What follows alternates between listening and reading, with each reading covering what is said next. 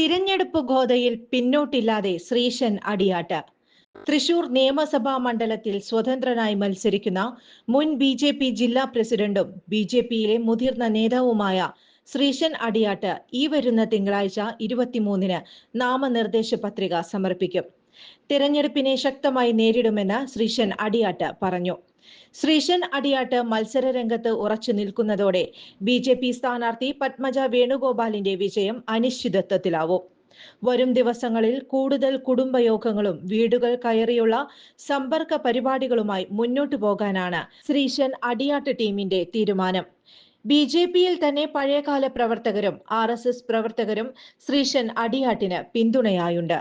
ചില നിസ്സാര കാരണങ്ങളാൽ കഴിഞ്ഞ 16 വർഷമായി BJPയിൽ നിന്നും അകറ്റി നിർത്തിയിരുന്ന ശ്രീശൻ അടിയാട്ട് BJP കുടുംബത്തിലേക്ക് തിരിച്ചു വരാൻ ശ്രമം നടത്തിയിരുന്നു.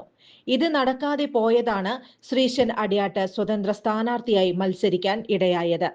BJPയുടെ തന്നെ ഒരു വിഭാഗം വോട്ടുകൾ നഷ്ടമാകുന്നതോടെ BJP സ്ഥാനാർത്ഥി പത്മജ വേണുഗോപാലിന് കരകയറാനാവില്ലെന്നാണ് തൃശൂർ നിവാസികൾ പറയുന്നത്.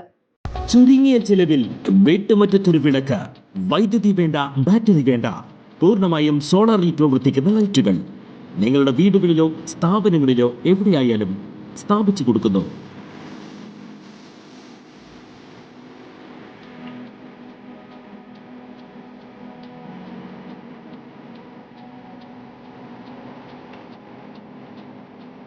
ഹാർഡോൾ സോളാർ ലൈറ്റ്സ്.